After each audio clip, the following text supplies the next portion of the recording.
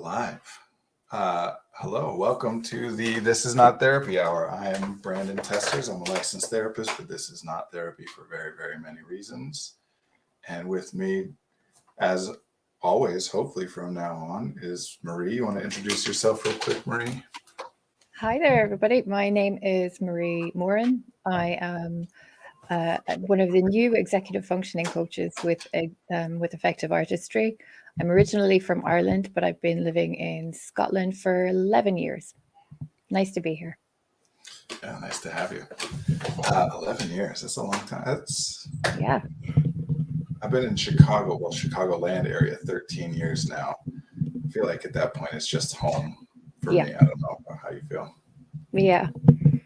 Sometimes. Sometimes I get pretty homesick. Now that I'm thinking about it, I'm wondering, like, at what point did it switch into being like, no, this is where I'm from now? I don't know when that would have been.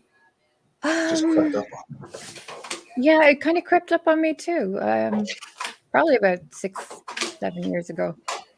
But, I get itchy feet, so I could see myself leaving soon. I tell my wife I've always had a fantasy of being like, just quick note, I'm working from home today because there's a lot of illness going around in my family, not COVID, thankfully. But I don't want to bring in whatever it is that we have, whatever cold or whatever, to the office. So hopefully the internet holds up. It should. I've been messing with it to make sure that it does, but let me know if anything goes off.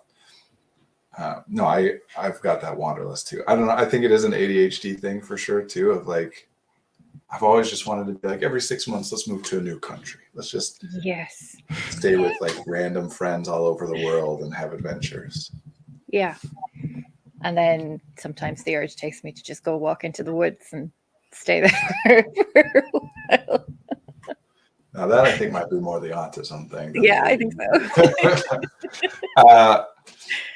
We, as Marie mentioned, we have a small group practice, effective artistry. We do therapy, individual, couples, group, family therapy. We also do executive functioning coaching with our coaches like Marie. And then this is not therapy hour, very much not therapy, just a conversation. Can be questions and answers, can be whatever. We're just chatting. I kind of think of it like open office hours, like a way to make ourselves accessible. And every week we pick a theme, and you'll have to remind me, hyperfocus, hyperfixations. Yes. Is that the theme this week? This week's theme is hyperfocus and hyperfixations. Hyperfocus is a term I hear a lot from my ADHD friends. But I have a feeling that everybody uses it slightly differently. So it'll be nice to dig into it a little bit today. Yeah, so many of these terms, and it's not just in like the realm of neurodiversity, all these terms in like mental health and things generally are very, like, what exactly is dissociation versus depersonalization versus derealization? And of course there are like official definitions, but people don't use the words exactly in line with what the official definitions are, Yeah. Language is fluid. But yeah, what was that? Language is fluid. Yeah. Language is a living thing. Yeah. That's why I would say, like, it is useful and important to define our terms. I think it really is very important to define the terms that we're using, but also to know that we're not defining that for all usage, everyone, everywhere, that if somebody else says it or uses it differently, they're wrong, is not the point. The point is that for purposes of this conversation, for understanding and communicating in these interactions, we're going to use it this way. It's also valid to use it any other way. Yeah. In linguistics, just as like a, brief kind of rule of thumb, I suppose, if native speakers say it, then it's correct. That's the rule. Anything that native speakers say is correct usage of the language. I like that. That simplifies it. Yeah. All right. Yeah. So we have questions. I haven't even looked at the questions. I'm so glad to have you here. I'm just relying on you to throw things out to me. Hyperfocus and hyper. Oh, the last thing I want to say is, if you're here, we don't have to stay on this topic. We're bad at staying on topic anyway, as it is. But if you're here and you're in the chat, we'll go wherever you want to go. We just pick topics so that we can inquire questions ahead of time and have some general like way of setting expectations. But the people who are here get priority. I think that's everything I need to say. Yeah, great. So my first question, I'm glad we're talking about it this week actually, because this came up in last week's stream and I said, I don't hyper focus. And then I thought about it for 5 minutes and I realized, yeah, I do. And sometimes it's positive and sometimes it's negative. So yeah, really glad to be talking about it this week. First question is, what is hyperfocus? What is hyperfixation? Are they the same thing? Can those terms be used interchangeably, or are they completely different? I would say that the terms are Venn diagram. They definitely can be used interchangeably, but they can mean different things. So just as a fun little, because I like language and I'm a nerd that way, hyper means extra, hypo means not enough, right? So hypersensitivity means you are more sensitive to that than the average person. Hyposensitivity means you're less sensitive to that. So hypothyroid, not enough. Hyperthyroid, too much. So hyperfocus and hyperfixation are a little bit of misnomers in that way, or at least they're not always used that way, because technically they should mean you're too focused, you're too fixated. But that's not usually how people use them. I don't know if usually is the right word. Hyperfocus is a state of being, right? Focus itself is a state of being. Focus as a like, when we talk about focus, you got to focus on something. It's not an active process. It's not something that you can attach. You can't make yourself focus on something. What you're trying to do is prevent yourself from engaging with any other things. And if you're trying to focus on something, anything else that's catching your attention, you would probably call a distraction or something like that, right? Yeah. But as far as the attentional processes of the brain, there's no distinguishing that stuff. It's just where your attention is trying to go. So focus is, I think, generally a problematic term because we talk about it as though it's something you can do. I can make myself focus, when all you're really doing is stopping yourself from engaging with anything else. But hyperfocus means that you aren't being distracted by anything else, that your attention is going either in whole or at least in a massive amount.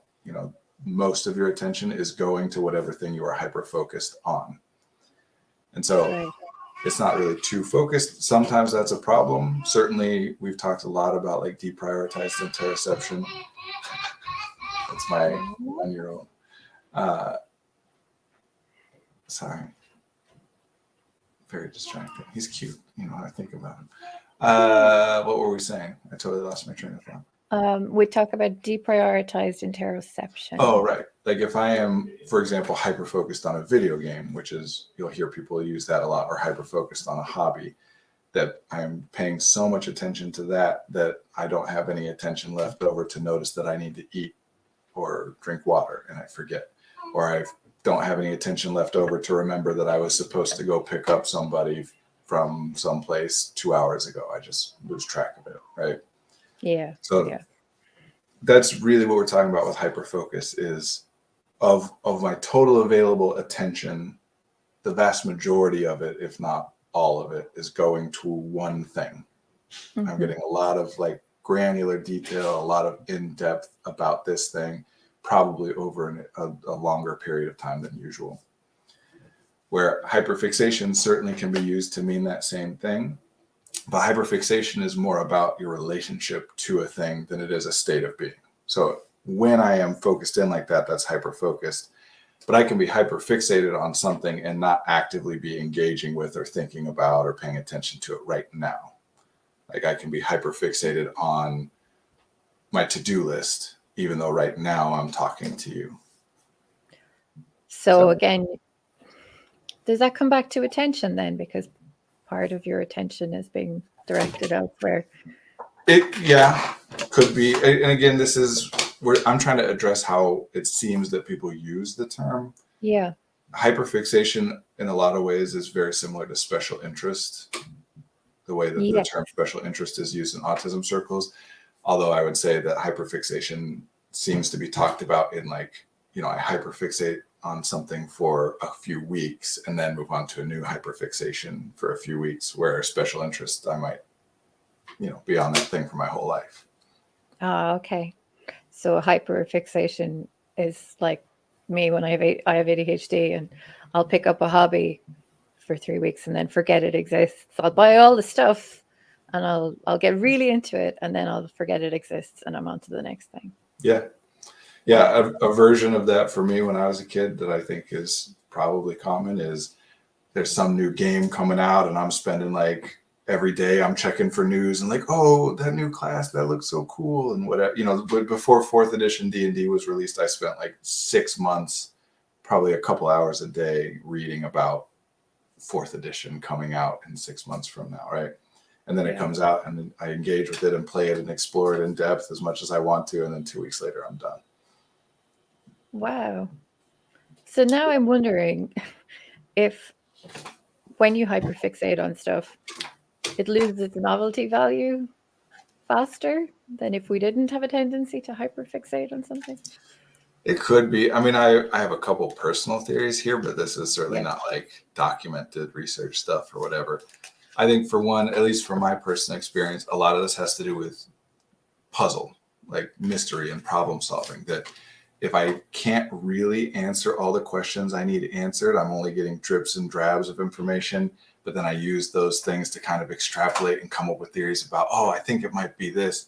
Like a book series, for example, maybe this isn't a common example. I feel like it is. But if I'm reading a book series and I get really into it and then I catch up and I have to wait for the new book, then I'm going to spend a lot of the time while I'm waiting talking with other people who are also reading that and coming up with our theories of what's going to happen next and what this might mean.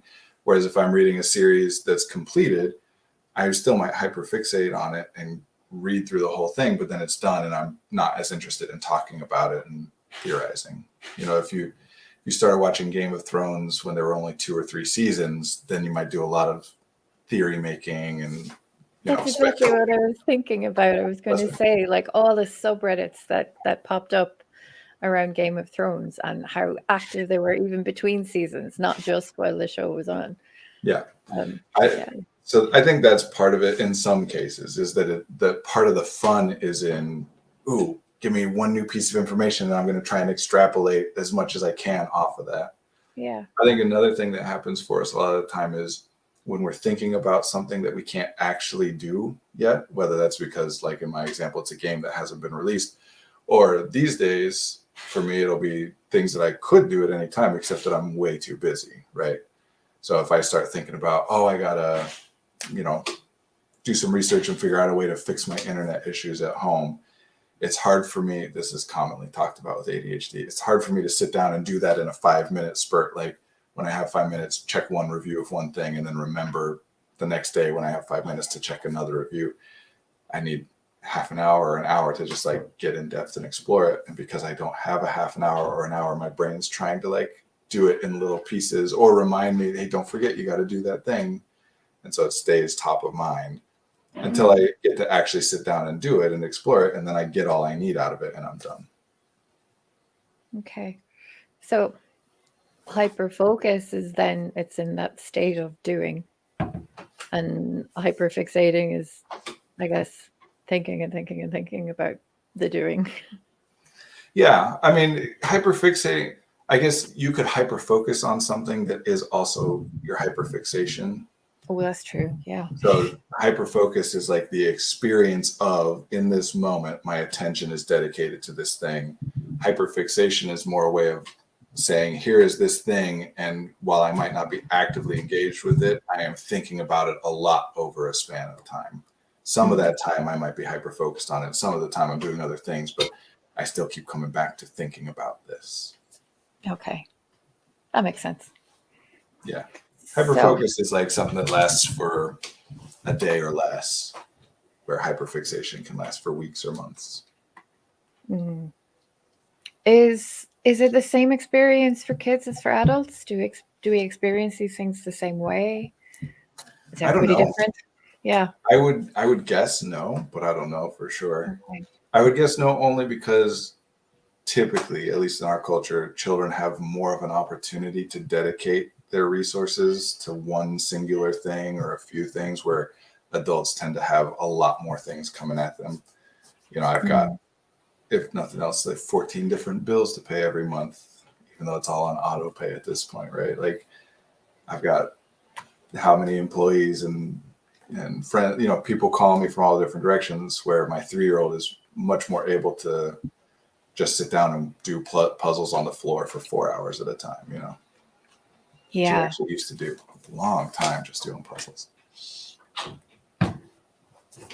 Yeah, I remember how nice it was to be able to just lose yourself in something like that. So yeah, it must be slightly different as a kid. Yeah, and I don't know how much of that is intrinsic to the experience of being a child versus being an adult, and how much is contextual. And I don't know that it's, I'm just kind of talking from personal experience, anecdotal experience. But certainly, I don't know.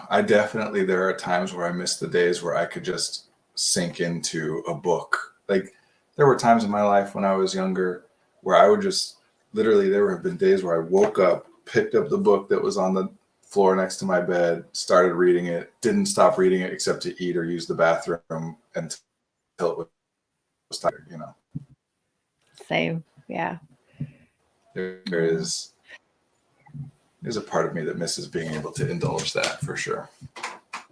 Yeah. I guess that brings me to another. Just like, yeah.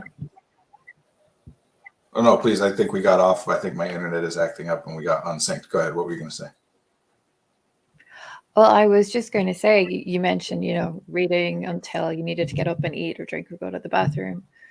That's the point at which hyperfocus becomes tricky, right? When you start forgetting to do those things and you're so absorbed in something that you forget to do those things. Yeah, and it can be forgetting to do anything. I mean, we're talking about the interoception kind of like body stuff, but if I was supposed to call somebody at a certain time and I forgot to do that, that's also a problem. Yeah. Yeah. Which actually is what I was starting to say too, as a little side note, is when you're talking about, because people will throw around the word addiction a lot, like I'm addicted to this, they're addicted to that. If you're ever looking at like trying to assess, I have lots of thoughts on using that word. I don't like that word generally, unless we're talking about like actual physical dependency. But if you are going to use that word and talk about it that way, the questions that matter are things like, does the way in which you engage with the thing that you're worried about, you're worried you're addicted to social media. So does the way in which you engage with social media cause you significant problems in other elements of your life, would be one of the questions. And then the other big one would be, are you engaging with it more than you want to be? You have made an active decision and you're making effort to do less of it, and you've been unable to lessen it. Because to somebody in a different context, there was a time in my life where, it was completely normal for me to play 3 to 6 hours of video games on a day, and it wasn't a problem. If I were to do that now, that would cause a lot of problems. I don't have that much free time. So there's not like a static X amount is too much. It's relative to all the other stuff going on in your life, which I think is important, especially for neurodivergent people. Otherwise, we get feeling guilty about engaging with anything that we like. Yeah. Because we think it's too much. Yeah, we always worry about being too much and doing too much. And couldn't be me. I know I'm just going to be too much. Yeah, it's nice to be a bit extra sometimes. So I was going to ask, you mentioned assessment then. Are hyperfocus or hyperfixation part of official diagnostic criteria, or is it just something that neurodivergent communities have sort of would shared about it, or is it part of the diagnostic criteria for autism? So it is not part of the diagnostic criteria for ADHD. In fact, some people, misinformed or not well-informed people, will take hyperfocus and use it as an example that disqualifies somebody from an ADHD diagnosis. Okay. It's not uncommon to hear things like, sure, they struggle focusing on all their schoolwork and whatever, but they play their video games for 5 hours at a time. So obviously they can focus. So it's not ADHD, it's just lack of motivation or whatever, which is completely incorrect and nonsensical. So in that case, yes, that if you talk to anybody who knows, right, including professionals and diagnosticians, they will talk about the hyperfocus thing, that ADHD brains might be disinterested or hard to focus, but then it sometimes will be very, very focused. But it's not part of the official criteria. For autism, special interests, I forget the exact terms that they use, but persistent interest in something, narrow scope, something like that. But yeah, special interests are part of that criteria. Of course, with all the diagnostic criteria, it's all stuff like 6 out of the following 12. None of this is you must have every single piece of it. And then with any of the other things that you might qualify as neurodivergent diagnosis, then attentional issues aren't part of that.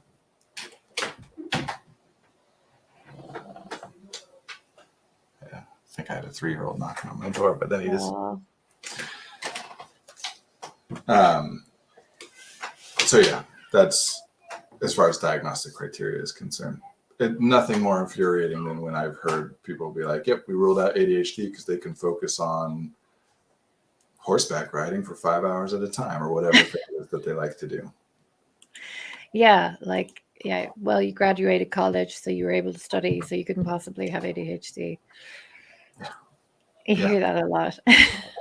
I mean, just conceptually, if ADHD was theoretically something that meant you could never pay attention to anything under any context for any duration of time, it would be a completely it is a disability, but it would be a completely disabling condition. It would mean you couldn't do anything, literally anything. Yeah. So obviously there are patterns by which you struggle with it and then sometimes engage with it. The super common, I put off my work, and then last minute, I do nothing but work for 24 hours straight right before the deadline kind of thing. There's a lot of where you get into overlap with bipolar as well, which some people will argue is neurodivergent, some people will argue it is not. I would say, I think it all, well, we don't need to get into my thoughts on what neurodiversity and neurodivergence is, I guess. I'm just saying there is a lot of overlap in that pattern with what people will talk about as bipolar then. Yeah, that's interesting. Yeah, I know I keep coming back to ADHD and autism because these are my experiences, but I guess hyperfocus and hyperfixations aren't exclusive to those conditions either. They probably pop up. Not at all. And they're not exclusive to conditions broadly. Everybody is kind of everybody forgets their keys sometimes. These are universal experiences. There is nothing in the DSM that is static, binary, like you either experience it or you don't. It's about the ways in which you experience it, how frequently, how intense is it, what impact does it have on your life, et cetera, et cetera. Yeah, everybody has gotten into a good book. Well, not everybody, but I'm saying if you like reading, at some point in your life, you have gotten into a good book and read for 6 hours straight and been like, wow. Or video games comes up a lot because it is a very common one of even people who don't enjoy video games as a regular hobby.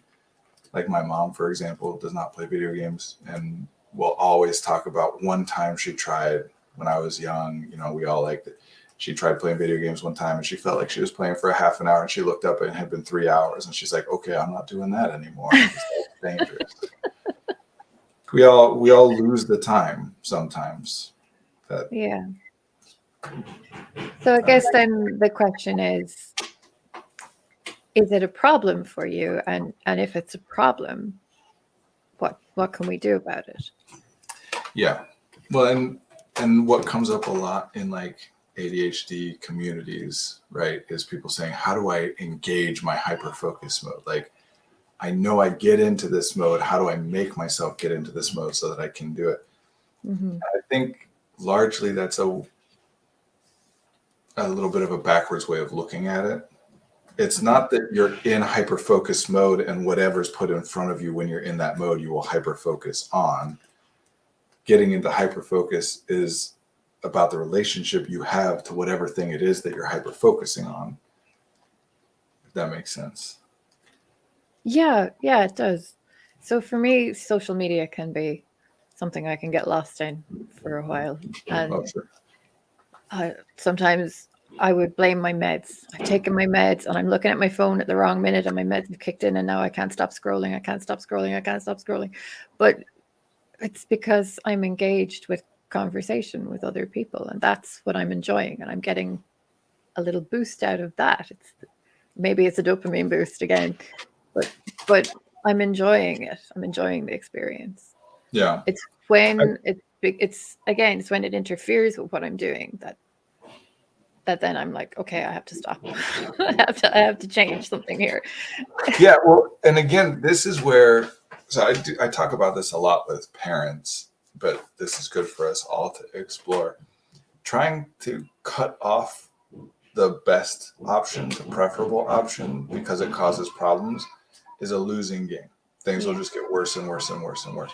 If you don't like what's happening, you got to give a better option. So, for example, like you said, Marie, there's something there's a role that your engagement with social media is playing in your life.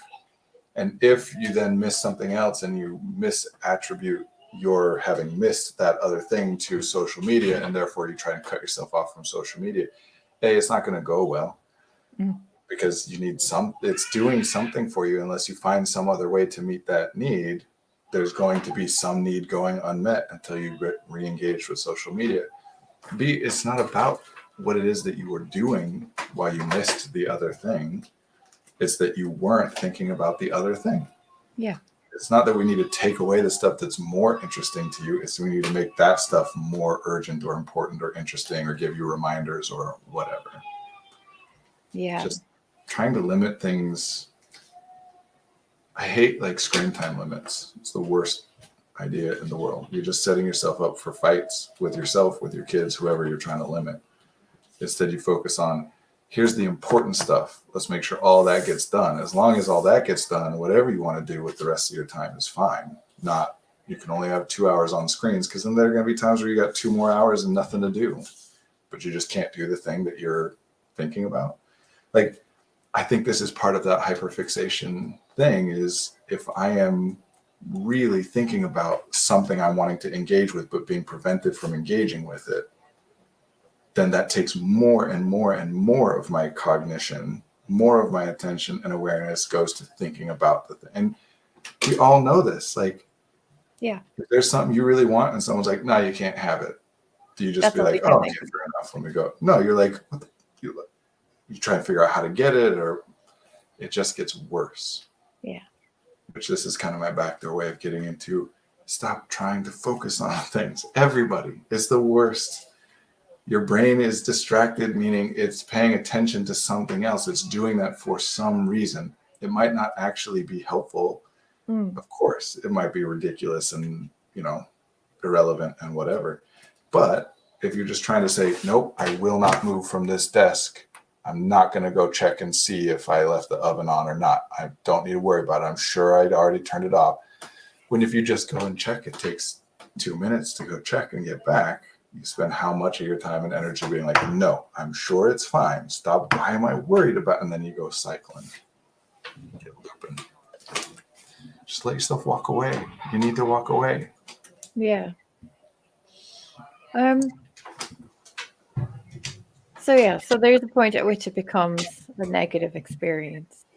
Sure. And beating yourself up isn't going to fix it.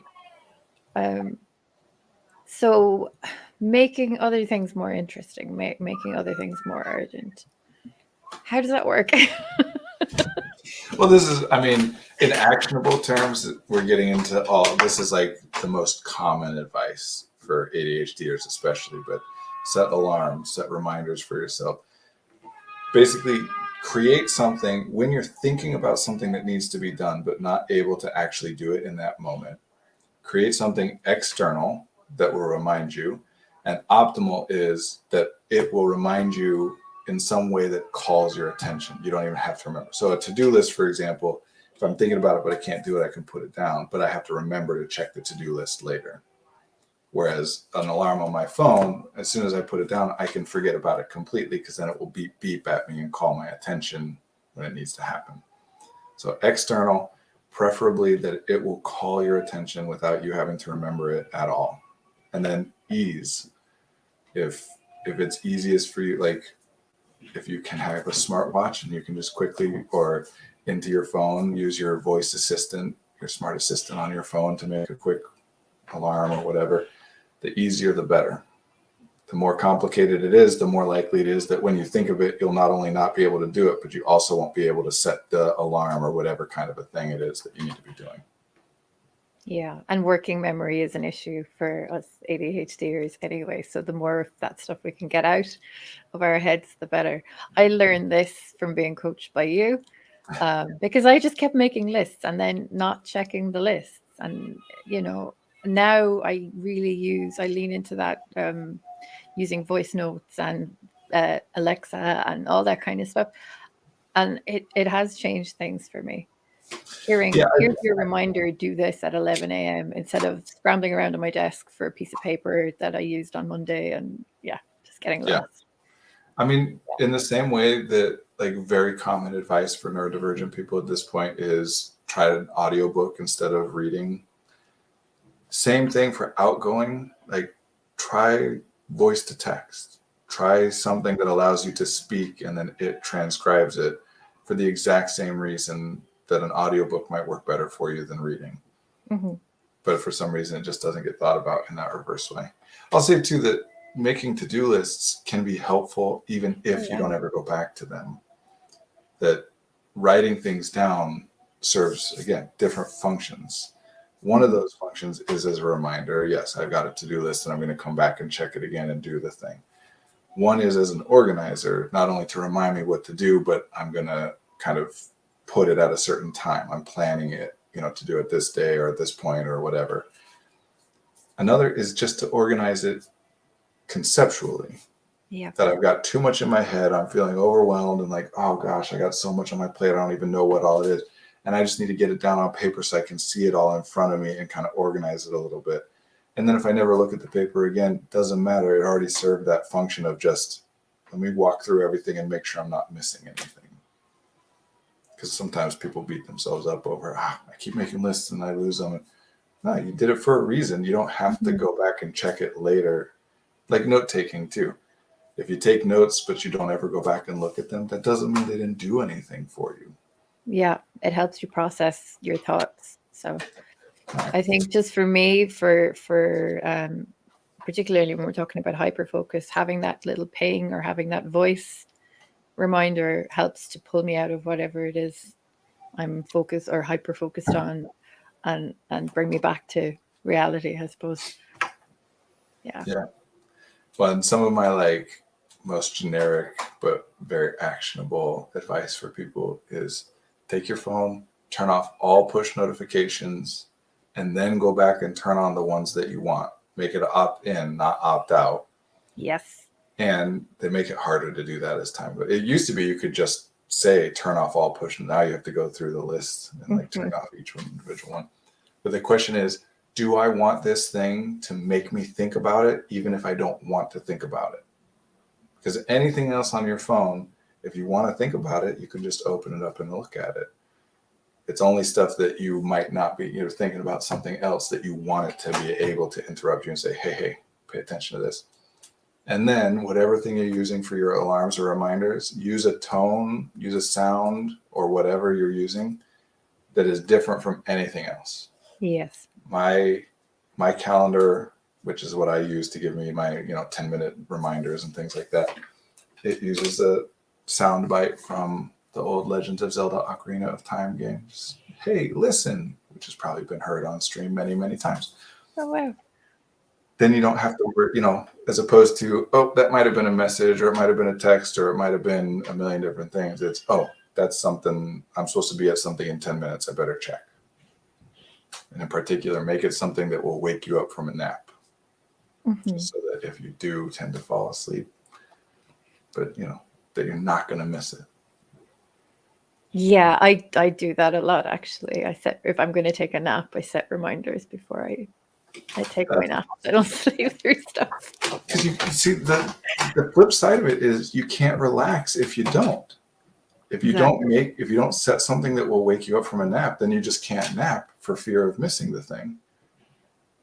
And then hyperfocus, or that pleasurable feeling you get from hyperfocusing on something, becomes no fun because you're worried about missing all the stuff.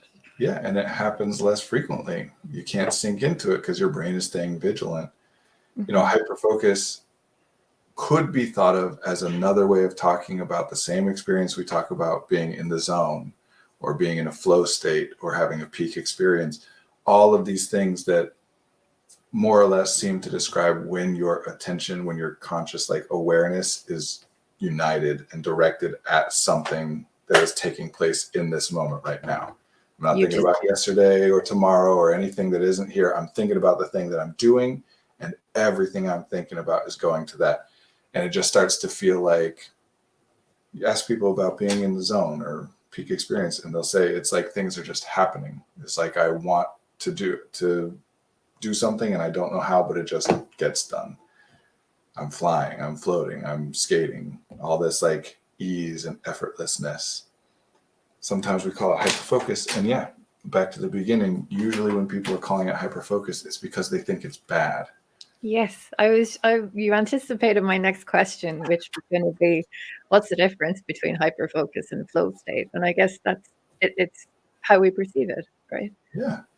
Yeah. If you have to like, I don't know, send 200 wedding invitations, you got to get them in the envelope and whatever, and you got 2 hours to do it, and you get into that state where your brain just shuts off and it just happens. Would you call that hyperfocus? Probably not. But if you're doing something enjoyable, but that you feel a little guilty about doing something enjoyable, and while it's happening, something else that you thought you should have done or could have done or were supposed to do doesn't happen, then you might call it hyperfocus. It's usually not going to be if someone's like, hey, man, you were supposed to call me 2 hours ago. Where you been? I'm usually not going to say like, sorry, I was having a peak experience. I was in a flow state. So, sorry, I was hyper-focused on that thing. Yeah. It is something I think that we tend to beat ourselves up about. I mean, we as in ADHDers. Yeah. And we want to harness it and make it work for us. But yeah, that goes back to your point that it's something we really enjoy doing. I guess it can be a form of procrastination. So this is great because this is multiple times now that you and I both have had the same thought to go in the same direction. Yes, it can. But again, all this language, a lot of it has to do with what we're centering.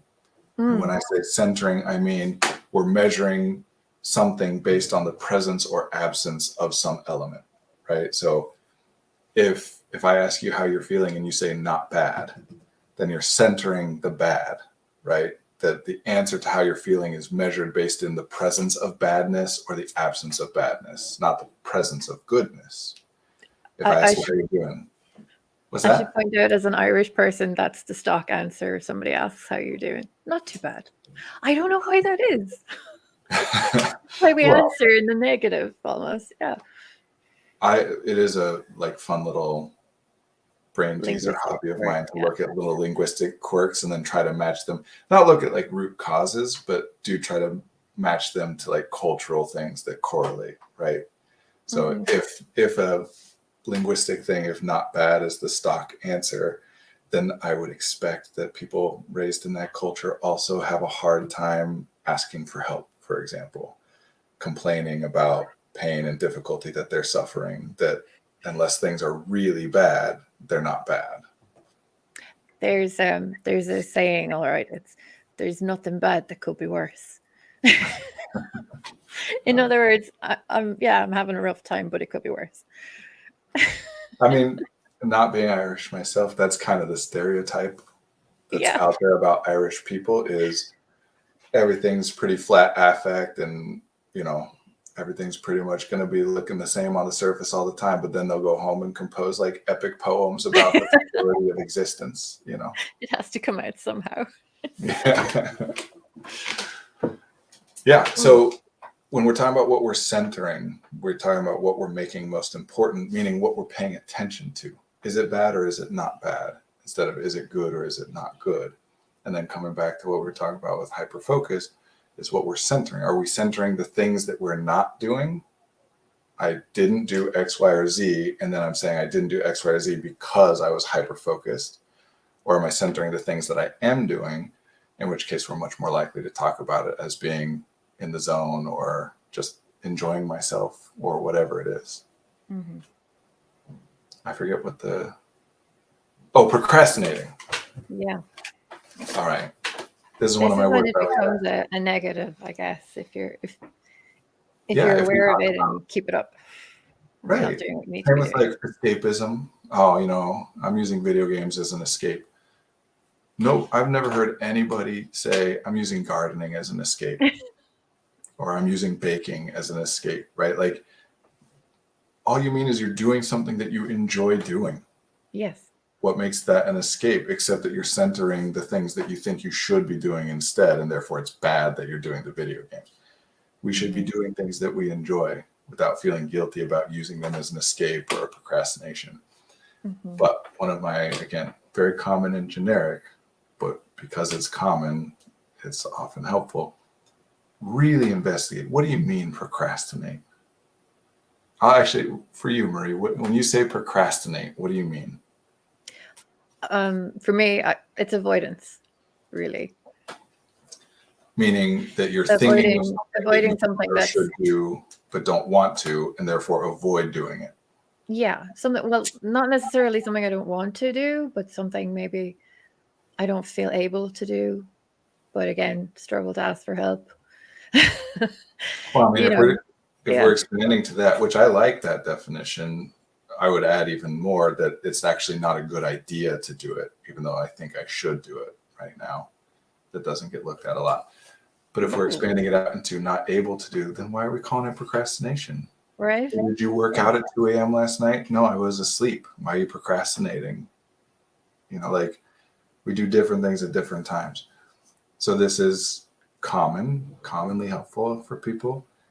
If you keep procrastinating stuff and beating the crap out of yourself for procrastinating, but then you get them done before they're due at the last minute. I'm putting it off, procrastinate, but I do it at the last minute. And it gets done and it gets in and it's done well. Like if this is homework where we're frequently talking about this, if you put it off the paper until the last minute, write it the night before, but then get an A, then what was the problem with the procrastinating? I guess it's only a problem if it's affecting you, like if it's physically affecting you with stress or anxiety about not getting it done. Which only happens if you think of it as procrastinating, right? Yeah. If you think of it as I plan to do this the night before, because that's how I work. I do it the night before. That's my plan. It's always worked. It is reasonable to expect, but that's how it will continue to work. And then you don't stress and feel terrible about procrastinating over the 2 weeks, 3 weeks, whatever it is, then it really doesn't cause any problem. A lot of this, there is a tendency, because a lot of the relief that people experience when they get a diagnosis of ADHD, autism, dyslexia, whatever diagnosis they're getting, a lot of the time when people feel relief because of the diagnosis, that relief is attached to the idea of, oh, this is something about me that is bad in some way. It causes problems in some way, but it's outside of my control. It's biological. There's nothing I can do about it. Yeah. Which is great. But then we do have a tendency to pathologize things that don't necessarily need to be pathological, like being addicted or using something as an escape when we're just talking about doing something that you enjoy. It might cause problems, sure, but those problems can be addressed separately from whether or not it's okay to do a thing that you like doing. You don't have to say, I can't let myself. The number of people I have talked to who are like, oh, I started doing this thing and it was really helpful to me, so I had to stop right away because I have an addictive personality and I'm worried I'll get addicted later. So this is a person who is engaging in something they really enjoy and then giving it up for no reason well before anybody or anyone or anything has suggested that they need to.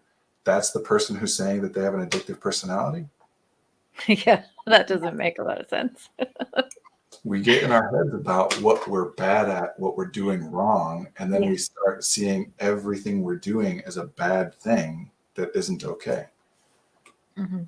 But if you can procrastinate it until the last minute, get it done, and get the result, the outcome that you're looking for, name to me the bad thing about that. Whereas on the flip side, for example, school, we'll keep it focused on school. You go to school all day, you get home, I should do my homework right away so I don't stress about it for the rest of the night. I can just get it done and relax. That's like the common thing, right? Except maybe you don't. Maybe you don't get it done and you feel bad and what's wrong with me? And now I'm beating myself up. And then 4 hours later, 6 hours later, finally I get around to it. And now I've created a correlation in my mind of, yeah, I only do things at 10 o'clock at night because I'm so stressed about it. I almost swore, but I caught myself. So one of my most common like interventions with people early on will be, okay, give yourself permission to do it the way you've been doing it. Treat it as though it's not bad. You've been doing it that way and it's been working. Just plan on doing it at 10. See if it still works anyway. Because if it does, and it usually does, then it's not about the stress. If you don't need to stress for 6 hours to make yourself do it, you're not being, this is the most common thing for ADHDers is I'm motivated by stress, panic, urgency, whatever. Or maybe you're making an assessment of how long it takes to get done and when would be the optimal time to do it, and resting at times that your body and brain need some rest so that you can recover, because you just went to school for 7 hours and you had to focus and mask and do all this heavy intellectual labor. And yeah, if my friend is going out for a 15-mile run and right when they get back, I say, great, now we need to do this exhausting physical labor. Are they going to say, yes, we should do it right away, right when I just finished the other thing? No, they're going to say, all right, let me rest for a little while and then we'll come back to it. But if they think they should do it right away, and then they just can't, I'm sorry, I just can't motivate myself. I don't know what's wrong. I'm just really lazy right now. I can't get myself to do it. What's wrong with me? And then they end up doing it 6 hours later anyway. It's like, oh, yeah, I had to beat myself up for 6 hours to do it. No, you just, honestly, at the root of a lot of this, cognitive fatigue is a real thing. That's it. Yeah. People just don't believe, for some reason, we are totally fine with, oh, you pushed your body really hard. Your body needs some rest. But when we say you pushed your brain really hard, which is a part of your body, nobody's ever saying, yeah, your brain needs some rest. And if you have like sensory processing issues, Ooh. you're probably going to need more rest because you're dealing with all of that extra information that your brain is taking in from your environment. Yeah, well, as compared to somebody else who went through the same, which is what would really happen is you just live a different pattern of a life, right? If you're more sensitive to common sensory input, then you would need more frequent breaks, or to be exposed to environments in which that sensation is overwhelming less commonly, less frequently, or whatever. Like one thing that's been bugging me a lot, especially over the last couple of years, but really the last month, 2 months, is people obsessed with how do I recover from burnout? How do I get back to how things used to be? How things used to be led to you being burnt out. Yep. Burnout isn't illness. Burnout is exhaustion. You get tired when you do too much. And you have an ability, as all humans do, to push yourself to keep doing stuff even though you're exhausted. So you keep doing it and you keep doing it. But you hit a wall. You run out. It's a limited ability to push yourself. Sooner or later, you can't push anymore. Mm-hmm. And then you're going to feel guilty and terrible about not doing what you used to do. You were doing too much. So I'm not saying stay in burnout by any means. Let's come out of burnout. But it's not, everything's fine. Uh-oh, burnout. I'm conceptualizing it like an illness or disease. Something's wrong with me. I got to fix it so I can get back to normal. It's things are going boop, boop, boop, boop, boop, boop, boop. And it's somewhere along that line, I hit a threshold and I'm going to call it burnout. And I need to get back above that line and then just chill there instead of pushing too hard and going down again. Yeah. Maybe your new baseline is where you should have been all along. Yeah. I mean, your body is a self-contained organism. I don't know what way to phrase it. It wants to survive. It is built to survive. And your brain is part of your body. It's not a separate thing. Your mind, your consciousness, you can make arguments that maybe that's got other stuff going on beside it, but your brain is part of your body. It's a physical thing in your body. It relies on all the same biological mechanisms that every other part of your body rely on. For some reason in our culture, we have turned it into this mythical other thing that every other system in your body can be tired from use or overuse, but not the brain. You can just push through. Yeah. It's nonsense.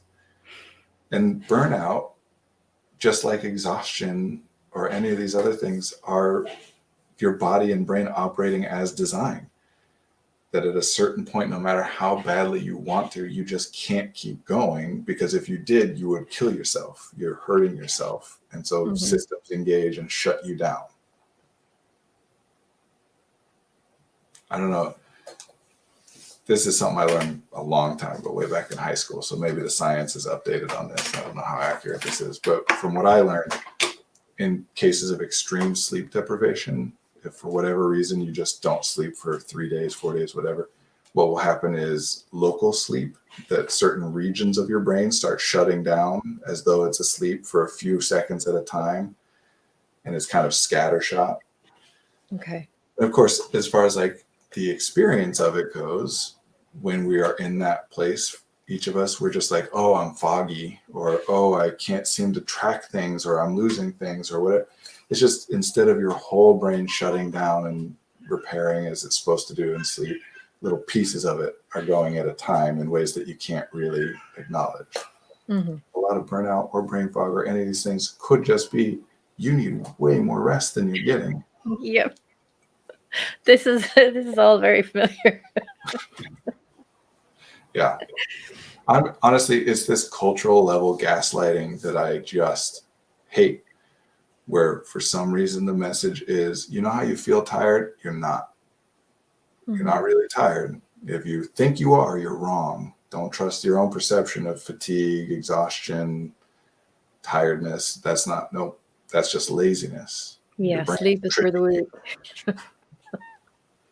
That's literally gaslighting, not overuse of the term. Is teaching people to disregard their own perception of reality. It's terrible. And we have structured our world in a way that doesn't really work well with certain brains, certain neurotypes, as it were. Yeah. I would say we've structured our world in a way that doesn't work well for any brain. Yeah. Unless you happen to be a brain in a body that has access to massive amounts of resources, in which case, sure, yeah, this world is great. But ADHD or not, tell somebody to work for 8 hours straight doing data entry or going over legalese contracts or whatever. Nobody does that. It's not possible. Some people feel really guilty about not being able to do that. What's wrong with me? Why can't I focus on these contracts for 8 hours a day like I'm supposed to? Some people just don't give a crap. They're like, yeah, of course I'm not actually doing. I know they say do it for you. I'm not going to. I'll do it. This is what you talked about last week about missing the wink. Yeah. Yeah. A lot of this is that stuff. This is part of why I hate the concept of neurotypicality, because it hurts the people who have that concept. If you think that everybody else does it easier, then you're just going to feel bad about how hard it is for you. Doesn't mean that it isn't harder for you. It just means, why do we need to spend so much time thinking about these theoretical people for whom it is easy? And if it is easy for them, have you considered that maybe it's easier for them because they're not doing it? Because the thing you think is easy for them, they're just not doing, and they're not even trying to, and they're not beating themselves up over it. It's just that you think it is. Yeah. And it builds resentment as well. And I don't think that's helpful. I don't think it's helpful for the neurodivergent community either to feel resentful towards a whole sector of society who's completely blissfully ignorant of it. Right. Honestly, neurodiversity is supposed to be a rejection of the medical model. The idea of some people are neurodivergent and some are neurotypical is just an evolution of the medical model. It's still, I'm built in a bad way that causes me problems, unlike everybody else who's awesome. Those jerks. No, we're different. And that doesn't mean that these aren't things. They're valid ways of conceptualizing and helping people to be able to engage with things differently. Just let go of this idea that everybody else has it so easy. As best I can tell, the only thing that makes life easier in any kind of broad way is resources. Yeah. The more resources you have, the easier your life gets. Doesn't have to be about brain type or intelligence or work ethic or anything other than that. Yeah, because then you can structure your world in a way that works for you. The more resources you have, the easier do what you want when you want. Yeah. Because isn't that the ideal, right? For anybody. ADHD, autistic, anything. The ideal life to live would be whatever you want to do, you do it at any point, because you're completely free to do whatever you would want to do at any point. And the only people who actually get to do that are the ones with so much money that they can do whatever the hell they want to do. So what you're saying is we should eat the rich. A little bit, yeah. Look, all of this other stuff, like people will come at me all the time with, did you see this study that says if you have 4 or more children, you're more likely to get Alzheimer's? Okay. Did you know that having more children also correlates with being poorer? And that being poorer also correlates with having a greater chance? That basically all these studies are this thing which correlates with having high resources correlates with something good. This thing which correlates with having low resources correlates with something bad. And we're coming up with these interim things as though it's anything other than that. I know we've taken down the marshmallow test 1,000,000 times on this stream, but that's a good example because it is so foundational to the way that we run everything for our kids, for education. It's all based on this idea that being able to do something bad for no other reason than because somebody told you that you should and you'd be rewarded for it later on down the line, that the ability to comply with that is somehow good. We're going to call it delayed gratification, and it leads to greater success. Literally saying that if you will do something that seems worse to you because I'm telling you it'll pay off later, that's good. Whereas if you don't do something that seems bad to you because I tell you it will pay off later, that's bad. It sounds like the foundation of most major religions as well, right? The meek shall inherit the earth. There's a reason that there's that religion is the opiate of the masses.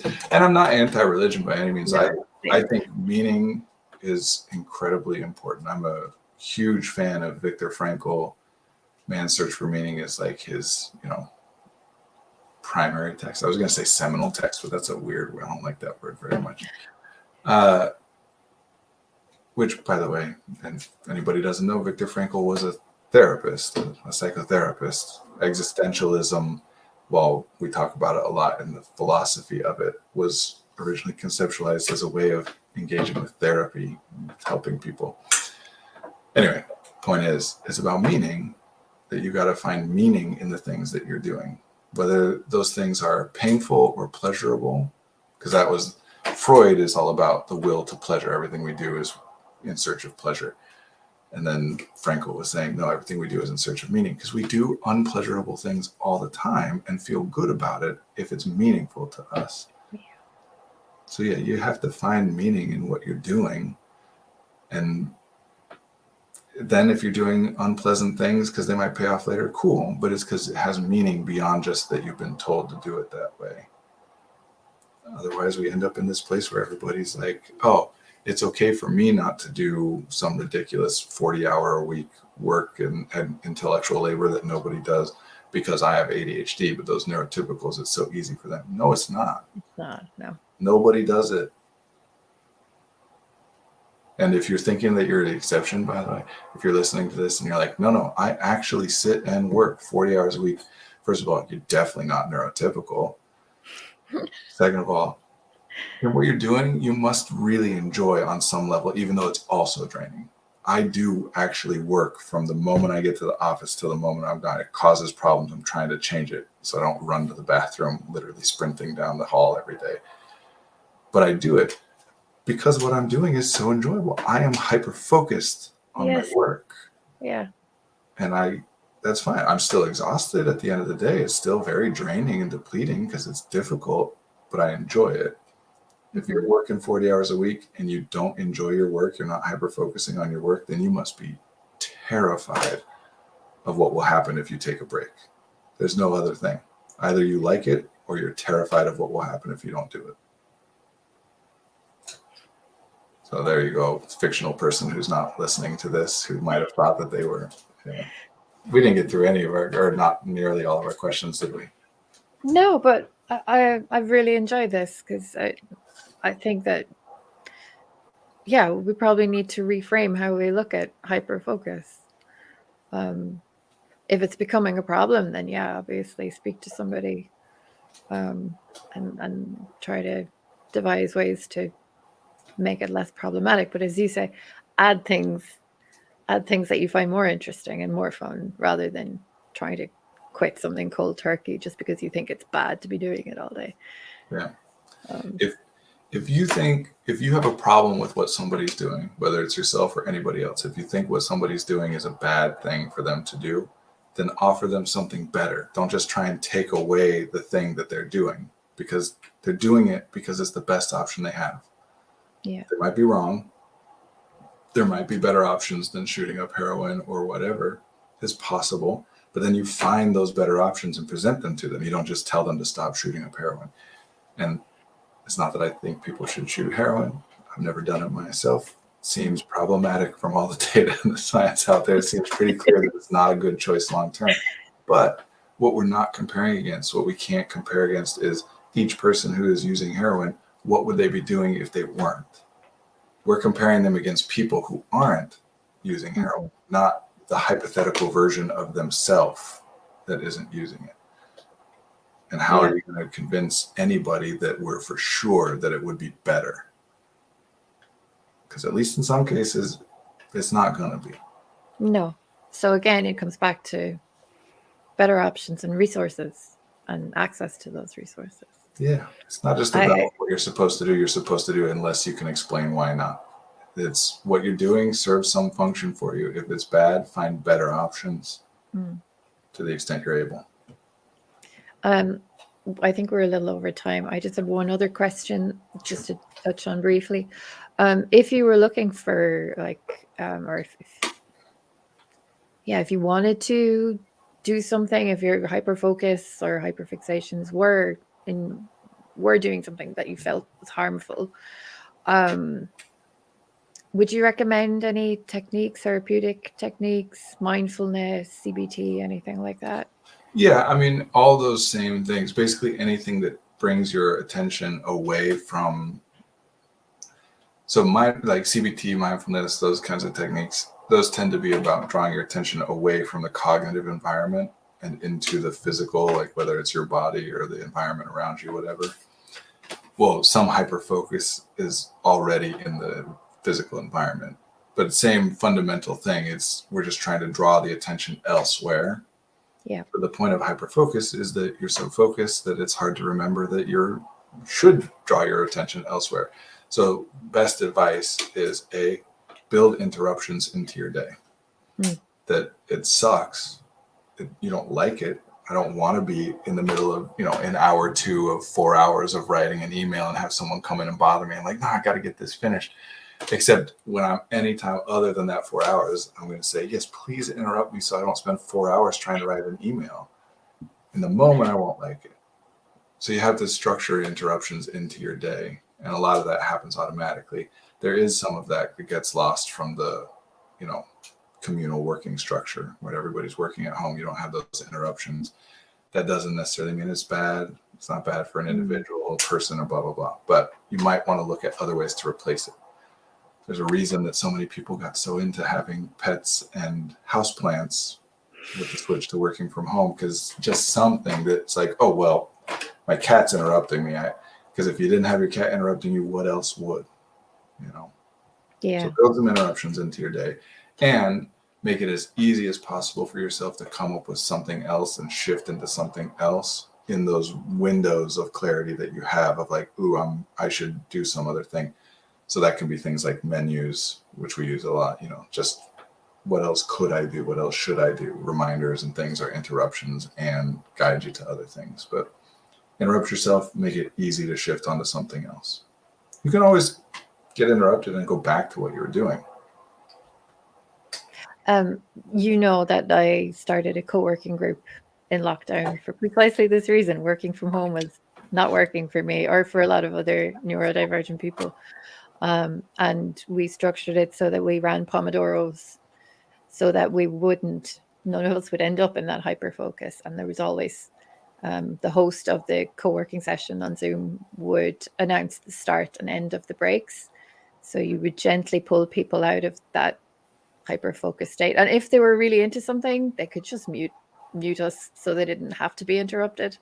But it just helped people. And then I always kept a list at my desk of things I could do in a 5-minute break that would be physical. So I'd get up and load the washing machine, or I'd wash some dishes, or I'd do a few stretches and get me back into my body and out of my head for 5 minutes.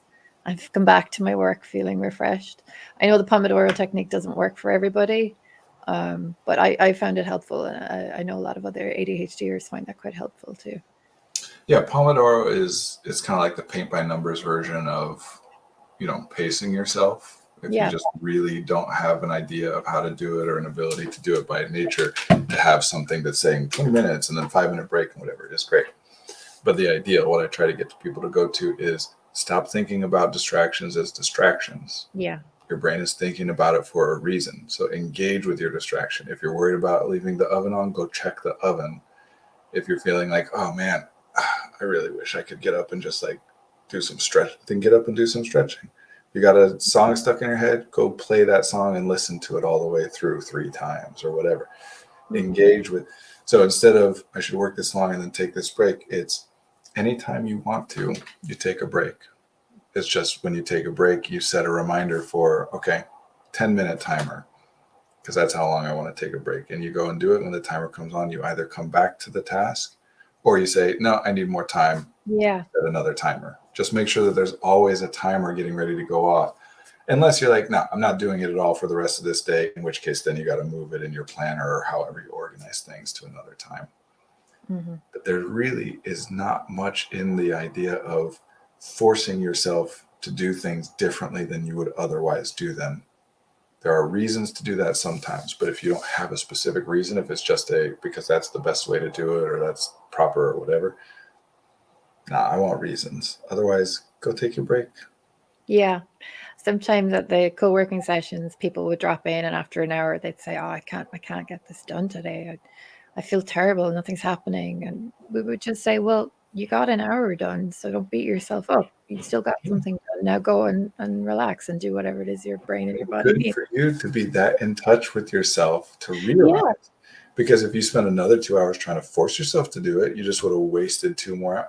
Like, that's good to be able to recognize, yep, I'm not going to be able to do this. I'm going to step away. Yeah. Good for those people. Exactly. All right. Sure. Good to be with you. And you. Talk to you I will soon. see you next week. We'll see all of you next week. Yeah. Have a great week. You too. Thanks, Marie. Bye. Bye. Bye.